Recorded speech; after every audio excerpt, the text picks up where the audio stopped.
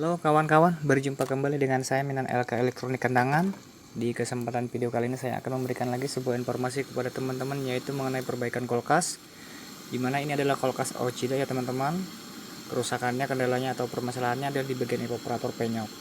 Jadi seperti apa cara menangani evaporator penyok? Oke teman-teman, disimak aja videonya sampai selesai. Proses pertama yang kita lakukan adalah pelepasan pipa suction ya teman-teman. Kemudian ke tahap berikutnya yaitu melepas nipple yang terpasang di situ ya. Kemudian saya pindahkan untuk nipple yang di sebelah situ ke pipa suction yang di sebelahnya. Itu nanti tujuannya untuk menghisap udara ya teman-teman. Udara yang akan kita pompakan ke bagian manifold yang dimana sudah terhubung ke bagian manifoldnya. Oke teman-teman, bisa dilihat untuk jarum manifold masih menunjukkan posisi 0 PSI ya teman-teman. Oke teman-teman, bisa diperhatikan posisi jarum manifold menunjukkan 0 PSI. Jadi di sini kita akan menghidupkan kompresor ya teman-teman, kompresor bawaan, dimana nanti kompresor pada saat hidup, udara yang dihisap dari pipa suction yang ada ventilnya atau nipple-nya itu ya teman-teman, menghisap udara. Kemudian udara yang dihisap dari pipa pengisian itu akan kita pompakan ke bagian evaporator atau ke sistem kulkas, dimana nanti kita mengharapkan tekanan yang sesuai ya teman-teman, yaitu sekitar 80 PSI. Dimana 80 PSI itu adalah merupakan tekanan rata-rata refrigerator ya teman-teman, jadi tidak akan merusak evaporator. Namun di kesempatan kali ini saya mengisinya teman-teman melebihi dari kapasitas ya, sehingga evaporator menjadi menggelembung ya, karena terlalu banyak menghisap udara dari luar, sehingga tekanan naik mencapai 160 PSI. Untung EPAP-nya tidak ada masalah ya teman-teman. Jadi disitu saya menutup dulu untuk pipa hisapnya dengan penutupnya agar udara tidak terus masuk ya teman-teman ke sistem kulkas. Karena apabila dia terus masuk, tekanan akan semakin naik. Dan itu pun teman-teman bisa perhatikan pada saat saya matikan kompresornya, tekanan terus naik ya teman-teman. Karena dia sebelumnya tertahan di kondensor ya teman-teman. Itu udah melebihi dari 140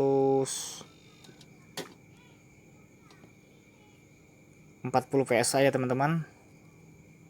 Itu menyebabkan nanti EPAP bisa jebol. Saya sudah melakukan kesalahan sebenarnya teman-teman. Namun karena ada keberuntungan, EPAP-nya tidak masalah ya, tidak ada jebol, tidak ada kerusakan. Jadi kita menghendaki teman-teman tekanan itu di sekitar 80 PSI ya. Karena di situ udah pas pada saat kita nanti akan melakukan proses pemanasan ya teman-teman pada evaporator. Jadi nanti tekanan udara yang ada di evaporator atau di sistem kulkas itu kita manfaatkan nanti untuk mengangkat evaporator yang penyok itu teman-teman. Oke teman-teman, dilihat aja ya sampai selesai videonya seperti apa kelanjutannya, biar kita sama-sama tahu dan hasil akhirnya. Di sini saya teman-teman melakukan pengurangan ya, pengurangan tekanan untuk kesesuaian yaitu sekitar 80 PSI. Jadi itu ya teman-teman merupakan tekanan yang bisa saya terapkan pada saat saya melakukan pengelasan, bukan pengelasan maksudnya ini untuk pengangkatan evaporator yang penyok ke teman-teman. Itu udah terlihat kembung ya teman-teman EPAP-nya, untung tidak jebol karena tekanan tadi sudah 160 PSI ya. Nah itu teman-teman EPAP yang akan kita angkat. Namun sebelumnya kita lepas dulu kopernya untuk menghindari terjadinya gosong ya teman-teman. Nah sekarang saya akan melakukan proses pemanasan pada evaporator. Jadi yang perlu diperhatikan pada saat kita melakukan pemanasan pada evaporator ini adalah kita jangan terlalu panas ya teman-teman. Pemanasannya itu tidak terfokus ke media yang akan kita angkat, tapi kita dengan cara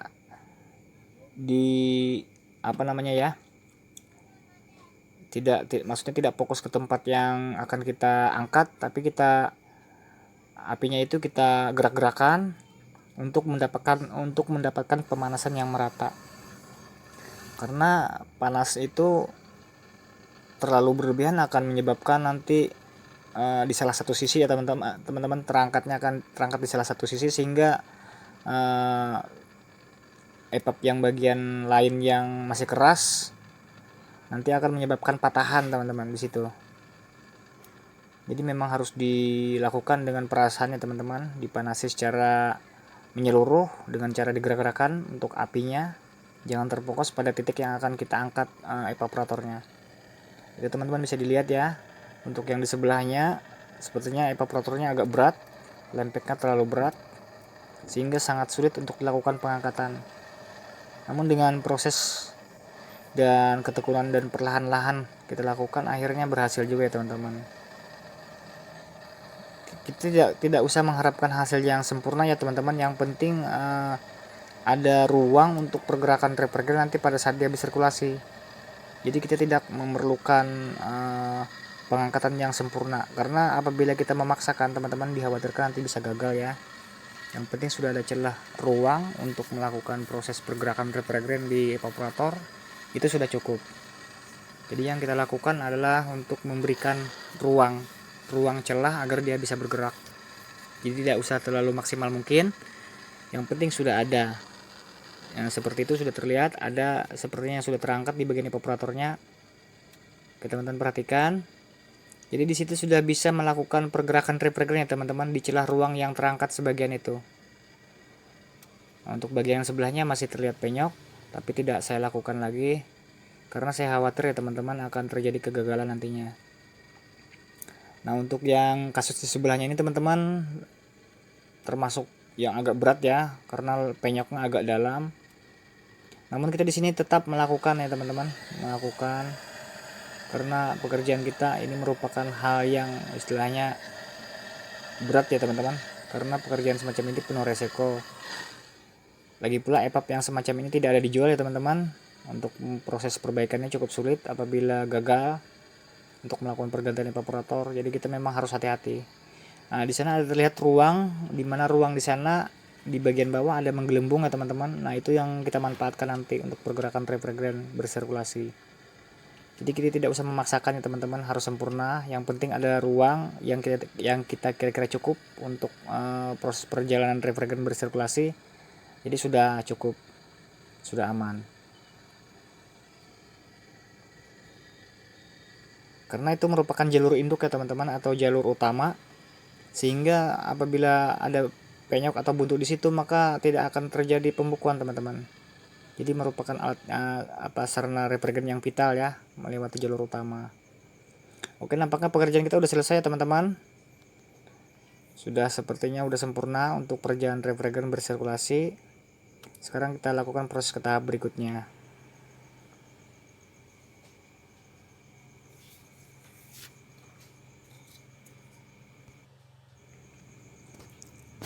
Karena sudah saya anggap cukup ya teman-teman, kita melakukan proses ke tahap berikutnya.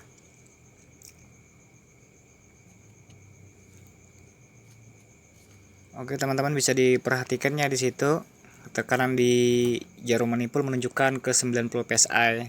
Pada skala sebelumnya yaitu 80 psi, karena diberinya pemanasan ya teman-teman di evaporator, maka tekanan akan naik. Di sini akan melepaskan bagian-bagiannya teman-teman untuk dihubungkan kembali ke sistem kulkas. Dimana yang terhubung ke evaporator itu akan saya lepas, nanti akan saya sambung ke kompresor. Jadi akan kita sambung ulang ya, kita ratakan kita hubungkan kembali ke posisi semula.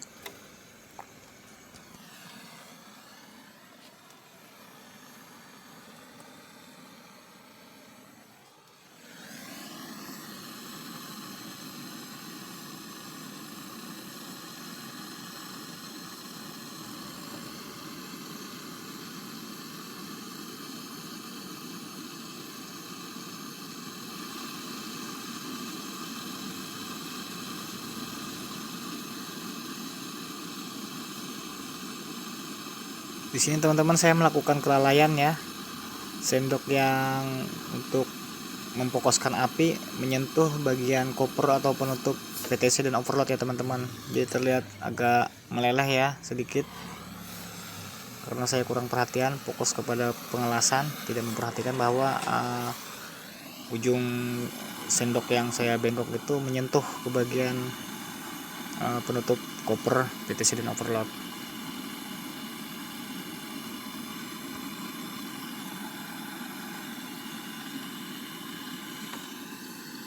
Di sini saya melakukan pelepasan pipa high pressure ya teman-teman, karena akan kita benahi untuk penghubungnya ya, agar terlihat lebih bagus. Karena di sana ada terlihat beberapa sambungan itu akan kita buang, akan kita sempurnakan lagi ya teman-teman, agar juga terlihat pekerjaan kita rapi ya teman-teman. Karena pekerjaan kita mungkin ada yang menilai ya teman-teman, terutama user ya. Nah, nanti kan kita hubungkan pipa suction itu ke kompresor. Kita tidak usah mengganti kapiler ya teman-teman, kita hanya merapikan bagian itu, bagian apa namanya, pipa high pressurnya yang ke kondensor. Nanti kita hubungkan dengan las kuningan ya teman-teman, karena itu terbuat dari besi dan juga besinya cukup berkarat ya. Jadi khawatir saya tidak bisa melengket kalau saya menggunakan perak tembaga. Jadi saya menggunakan las aluminium, las kuningan. Nah, jadi kalau kita rapikan seperti itu teman-teman, enak dilihat ya, daripada bersambung-sambung. Nanti dikhawatirkan nanti di penyambungan itu juga ada kebocoran ya. Jadi kita kalau jadikan seperti itu, selain pekerjaan kita terlihat bagus rapi ya teman-teman, juga kita lebih enak melihatnya. Jadi kita memang rapikan dulu untuk proses penyambungan pipa ini, agar kita juga merasa aman ya teman-teman.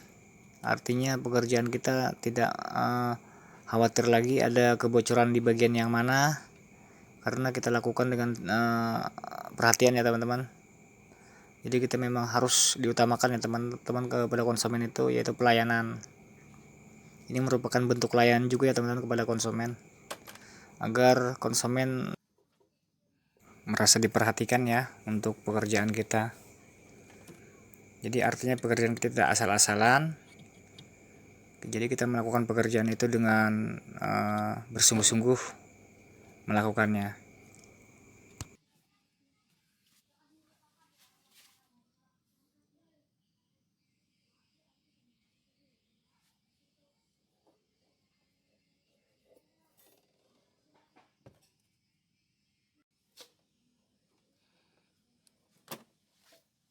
Di sini teman-teman saya akan melakukan pembenahan ya di bagian kapiler, dimana teman-teman bisa diperhatikan ada cabang ya. Jadi cabang itu akan saya buang. Sebelumnya saya potong dulu dengan menggunakan gunting ya teman-teman di bagian kapiler untuk memudahkan pelepasan. Jadi tidak usah menggunakan alat khusus ya teman-teman untuk mendapatkan lubang yang pas ya teman-teman, agar tidak tertutup. Jadi kita cukup dengan cara melukai di bagian pipa kapiler itu sedikit. Setelah ada tanda, kemudian kita penyok dengan menggunakan tang, maka hasilnya akan kita dapatkan cukup bagus. Jadi lubang kapiler itu akan terbentuk sempurna ya teman-teman, tidak penyok ya maksudnya. Jadi bulatannya sempurna. Karena itu sangat penting ya teman-teman, karena refrigeran di situ yang akan mengalir berwujud cair. Jadi kalau tidak lancar, ada mampet sedikit, nanti akan terjadi kebuntuan. Nah, di situ saya tambahkan sok ya teman-teman untuk menyambung pipa kapiler ini. Karena kapiler yang sebelumnya ya udah di modif seperti itu, dan saya tidak mungkin juga melakukan langsung penyambungan ke bagian filter ya, karena terlalu pendek. Jadi terpaksa saya menggunakan sok untuk menyambungnya kembali. Nanti akan kita lakukan pengelasan ya teman-teman di ujung-ujungnya. Oke, selesai melakukan proses pengelasan di kapiler, lanjut kita ke bagian pipa pengisian ya teman-teman. Namun sebelumnya saya selesaikan dulu untuk pipa high pressurnya yang ke kondensor ya, karena ini terbuat dari besi. Jadi kita menggunakan stick las kuningan ya teman-teman. Kalau kita menggunakan stick las perak, sepertinya saya kurang yakin, karena pipanya cukup berkarat ya.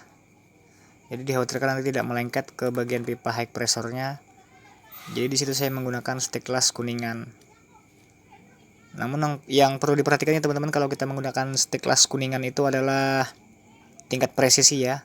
Karena apabila ada celah sedikit, stik kuningan ini akan meresap dia ya, seperti air meresap, akan menutupi celah sehingga akan menyebabkan kebuntuan nantinya. Nah, di sini saya melakukan polesan pertama dulu ya untuk menghindari penambahan yang berlebih. Jadi cukup dipoles agar nanti pada saat saya melakukan penyambungan ke pipa high pressure-nya langsung meresap ke bagian pipa high pressure-nya teman-teman. Jadi pekerjaan kita agak mudah ya dalam proses pengelasan. Jadi tidak terlalu banyak memakan waktu ya untuk melakukan proses pengelasan.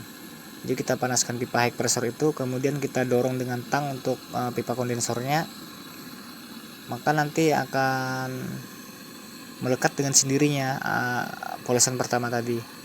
Jadi dia akan menutupi ruang yang ada di celah-celahnya teman-teman. Apabila kita langsung mengelasnya nanti pada saat kita memasukkan kemudian kita las, itu rentan terjadi kebuntuan ya teman-teman. Karena sifat kuningan ini dia apabila sudah mencair, panas, meresap dia teman-teman, akan menyumbat pipa high pressure tersebut ke kondensor. Di situ pipanya cukup ada celah ya teman-teman, ada keretakan, sehingga saya menambahnya untuk menutupi bagian yang retak itu. Karena udah dipanasi beberapa kali ya, jadi pipa tembaganya yang di high pressure itu sudah ada semacam kayak retakan-retakan. Jadi itu saya tutup agar semua tertutupi. Nanti dikhawatirkan dia kompres ya teman-teman, refrigeran keluar dari situ, maka pekerjaan kita tidak akan lancar.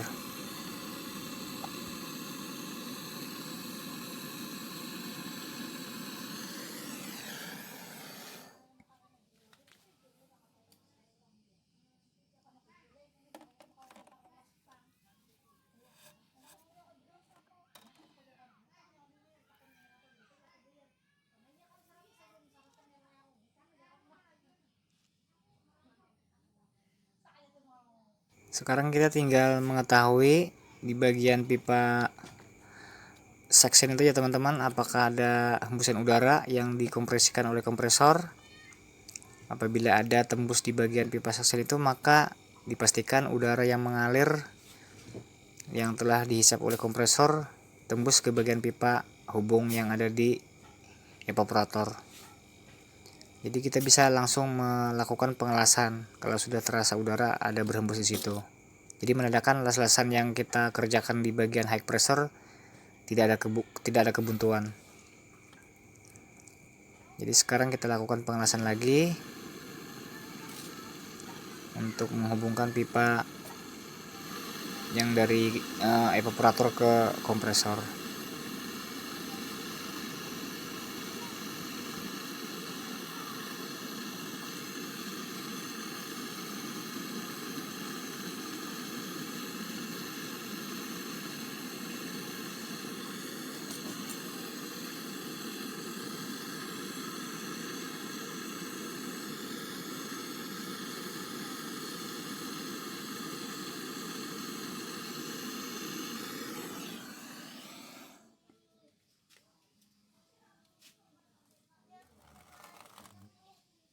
Pekerjaan kita udah hampir selesai ya teman-teman. Kita tinggal melakukan pemasangan pipa pengisian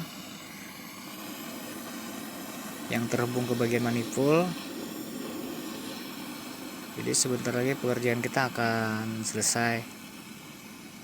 Jadi teman-teman pemula ya, ditonton videonya karena ini sangat pas sekali dengan pemula, karena saya lakukan pekerjaan seperti pada video-video yang terdahulu ya, tutorial mengenai perbaikan kulkas, tutorial full ya. Jadi seperti itu sepertinya.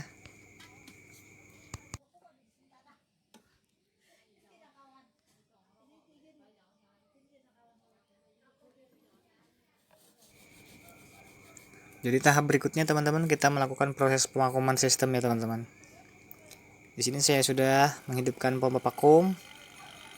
Teman-teman bisa perhatikan jarum manifold menunjukkan ke arah 0 psi, bukan 0 ya, ke arah minus 30 psi. Oke, kita tunggu aja teman-teman sampai proses vakum selesai. Nah, sepertinya udah selesai ya teman-teman.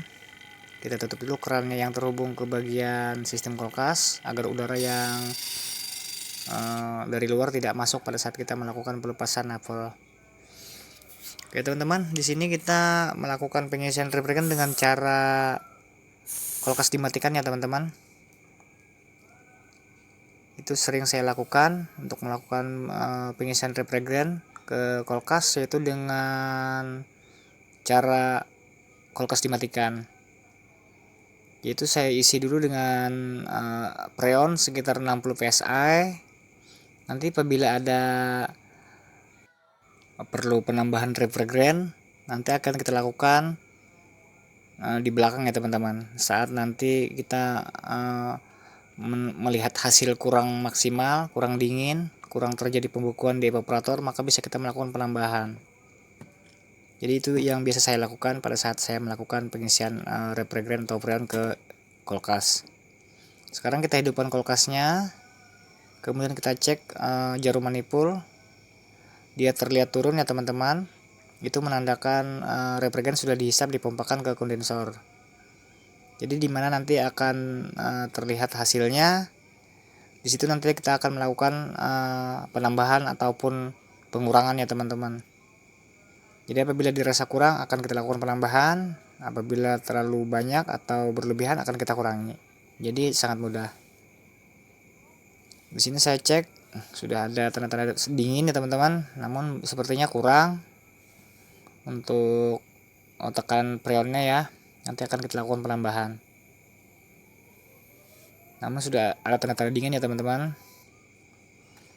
Oke, di sini sudah saya lakukan penambahan teman-teman. Dan saya cek hasil. Namun sebelumnya kita cek dulu pengelasan ya teman-teman, takutnya ada kebocoran. Nanti akan memperlambat pekerjaan kita.